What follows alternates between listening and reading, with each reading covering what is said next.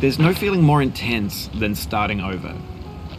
If you deleted your homework the day before it was due, as I have, or if you left your wallet at home and you have to go back after spending an hour in the commute. If you won some money at the casino and then put all your winnings on red but it came up black. If you got your best shirt dry cleaned before a wedding and then immediately dropped food on it. If you won an argument with a friend and then later discovered that they just returned to their original view.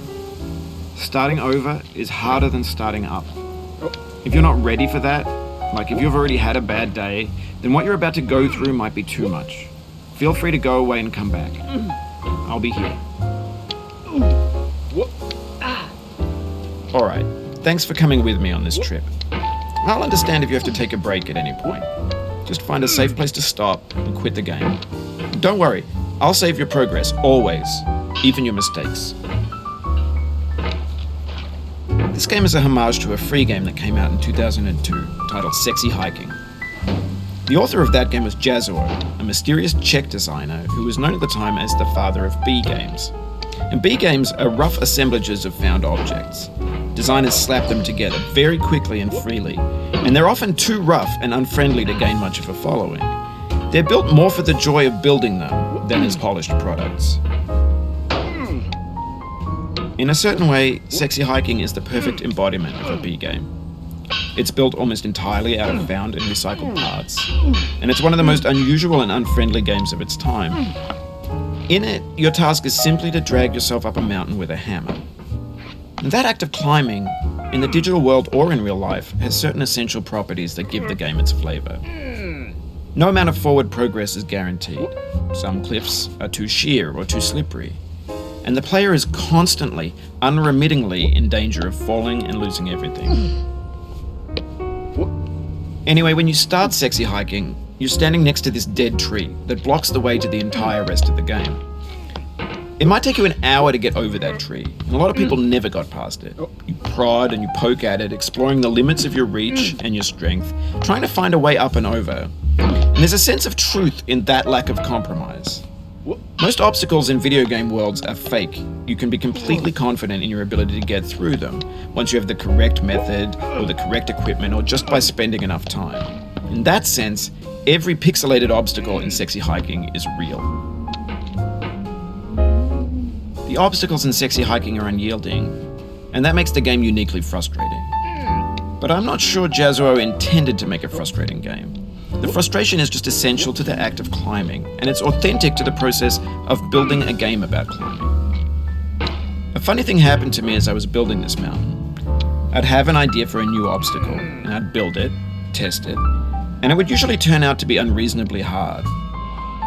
But I couldn't bring myself to make it easier. It already felt like my inability to get past the new obstacle was my fault as a player rather than as a builder. Imaginary mountains build themselves from our efforts to climb them, and it's our repeated attempts to reach the summit that turns those mountains into something real. When you're building a video game world, you're building with ideas, and that can be like working with quickset cement. You mold your ideas into a certain shape that can be played with, and in the process of playing with them, they begin to harden and set until they're immutable, like rock. And at that point, you can't change the world. Not without breaking it into pieces and starting fresh with new ideas. No. For years now, people have been predicting that games would soon be made out of prefabricated objects, bought in a store and assembled into a world. And for the most part, that hasn't happened, because the objects in the stores are trash. I don't mean they look bad or that they're badly made, although a lot of them are. I mean they're trash in the way that food becomes trash as soon as you put it in the sink. Things are made to be consumed and used in a certain context, and once the moment is gone, they transform into garbage. In the context of technology, those moments pass by in seconds. Over time, we've poured more and more refuse into this vast digital landfill that we call the internet. It now vastly outnumbers and outweighs the things that are fresh and untainted and unused.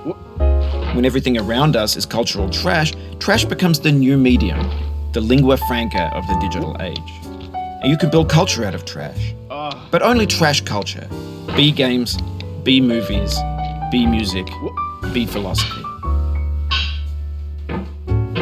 Maybe this is what digital culture is. A monstrous mountain of trash, the ash heap of creativity's fountain. A landfill with everything we ever thought of in it. Grand, infinite, and unsorted. There's 3D models of breakfast, Gen X's fanfic novels, scan magazines, green screen Shia LaBeouf, banned snuff scenes on LiveLeak. Facebook's got lifelike bots with unbranded adverts and candid shots of Kanye and Taylor Swift mashups, car crash epic failed GIFs, Russian dashcam vids, discussions of McRibs, discarded, forgotten, unrecycled, muddled, rotten, untitled. Everything's fresh for about 6 seconds, until some newer thing beckons, and we hit refresh. And there's years of persevering, disappearing into the pile, out of style, out of sight. In this context, it's tempting to make friendly content that's gentle, that lets you churn through it but not earn it.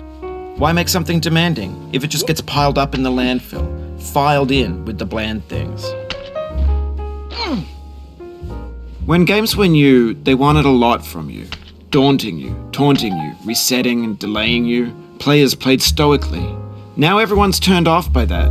They want to burn through it quickly, a quick fix for the fickle, some tricks for the clicks of the feckless. But that's not you, you're an acrobat. You could swallow a baseball bat. Now I know, most likely you're watching this on YouTube or Twitch, while some dude with 10 million views does it for you. Like a baby bird being fed chewed up food. That's culture too. But on the off chance that you're playing this, what I'm saying is, trash is disposable, but maybe it doesn't have to be approachable. What's the feeling like? Are you stressed? I guess you don't hate it if you got this far. Feeling frustrated? It's underrated. An orange is sweet, juicy fruit locked inside a bitter peel. That's not how I feel about a challenge. I only want the bitterness. It's coffee, it's grapefruit, it's licorice. It feels like we're closer now, composer and climber, designer and user. You could have refused, but you didn't. There was something in you that was hidden, that chose to continue. It means a lot to me that you've come this far, endured this much. Every wisecrack, every insensitivity, every setback you've forgiven me is a kingly gift that you've given me. We have the same taste, you and I. It's not ambition, it's ambition's opposite. An obdurate mission to taste defeat. You'll feel bad if you win, so I put this snake in for you. Have you thought about who you are in this? Are you the man in the pot, Diogenes? Are you his hand? Are you the top of his hammer? I think not. Where your hand moves, the hammer may not follow, nor the man, nor the man's hand. In this you're his will, his intent, the embodied resolve in his uphill ascent. Now, you've conquered the ice cliff, the platforms, the church, and the rectory. The living room and the factory, the playground, the construction site, the granite rocks, and the lakeside. You've learned to hike. There's no way left to go but up, and in a moment I'll shut up. But let me say, I'm glad you came.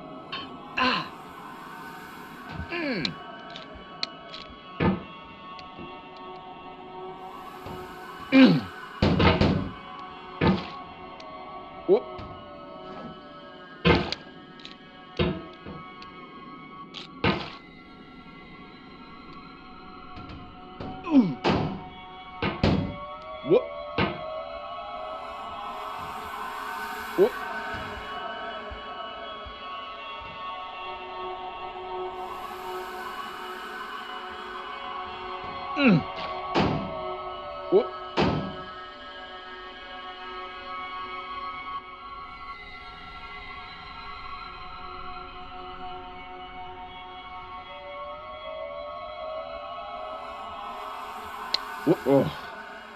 I dedicate this game to you, the one who came this far. Oh. I give it to you with all my love.